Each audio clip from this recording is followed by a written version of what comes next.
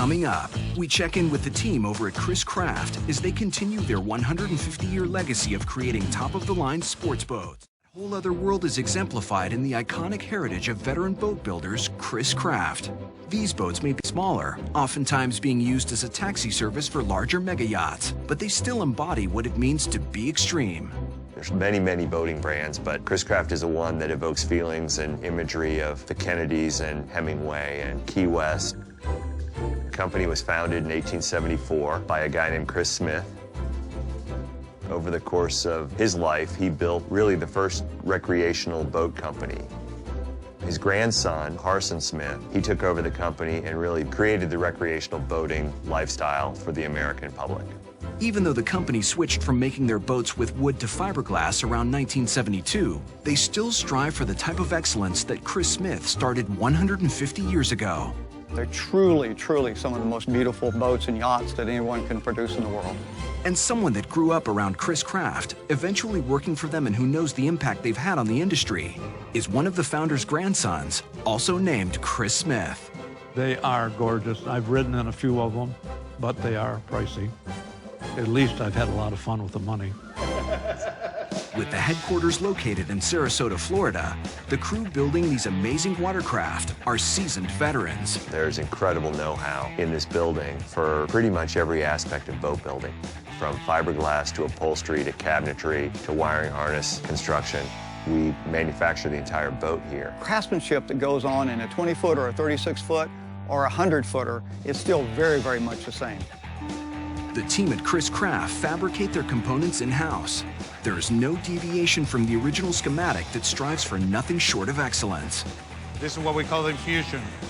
We will open that valve right there. You will see the resin travel through all these cavities right here to go into the part. And that's when the part will dry, then we will pull the inserts.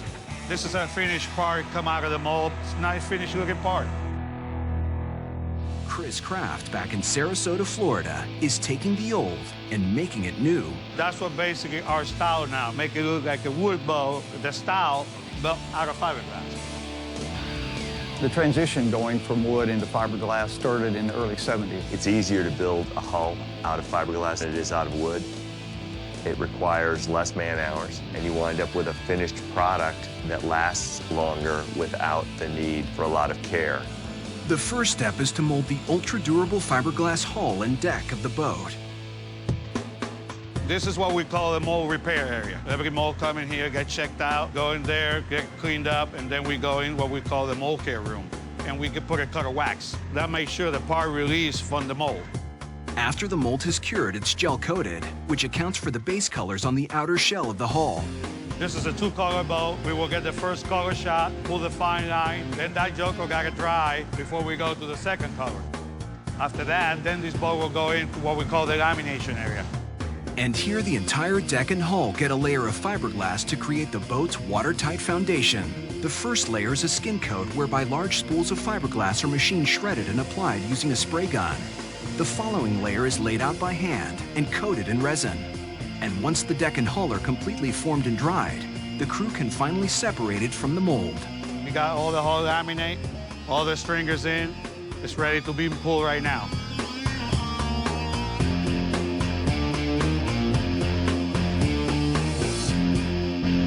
After a Chris Craft hull is made, it can start to get assembled. This is our 32 hull. It just come out of the cutting booth.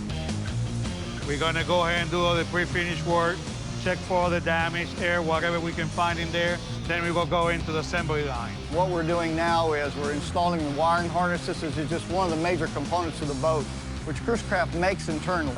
We're one of the few companies that still make all our wiring harnesses and do all that work. What you're seeing here next is us actually installing part of the harness in this 25-footer. And to make things easier, Chris Craft utilizes a machine that labels each wire. If you get to a pump that's not working, you can trace the wire back all the way through the boat to see where it's broke. If you're getting in the middle boat and you open up a wiring loom, you can say, okay, this is a speaker wire. I don't want that. You can trace wires through a boat a lot easier. Another stop in the assembly line is putting on the teak. What we're doing now is we're going to install the covering boards and the floor in a 25 launch.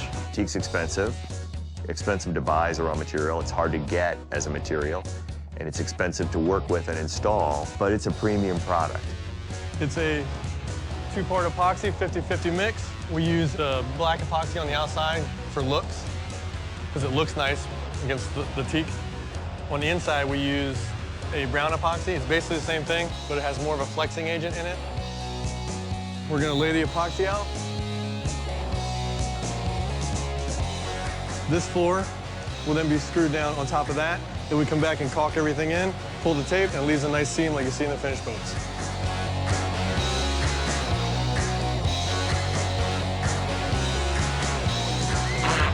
Any little tweaking needs to be done, we do that. It comes out looking great.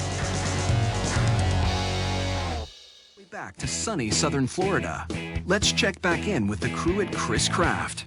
We made the transition from our lamination process, from the pulling process, all the way through final finishing. Meanwhile, while all that's occurring, we also have in these steps in our sub-assembly shops many operations going on that will in turn feed product that go on to the final application and assembly. Including the handcrafted upholstery. This is our upholstery shop. We do everything in-house as far as the upholstery goes, from the bucket seats to the V-berth, comforters, drapes. It definitely takes talent to do what we do. It is very intricate. But before they can finish all the upholstery and accessories, they need to install the 400-plus horses that'll make this thing run. Chris Craft incorporates up to the 400-plus horsepower motors in many of our boats, and it makes them run extremely well. I believe in not worrying about those old original engines. Put new power in it if you really want to use your boat, so you've got something that you can depend upon. We come into what we call our final assembly operation, and that's where we actually put on all the rub rails, the rest of the interior upholstery. We do all the final propulsion hookup, electrical hookups. Then we will go out to the water. We test every single boat so that we make sure that they function correctly for the customer prior to shipment. And we've seen what it takes to construct a classic Chris Craft sports boat. Now it's time to see the finished product. You won't want to miss this.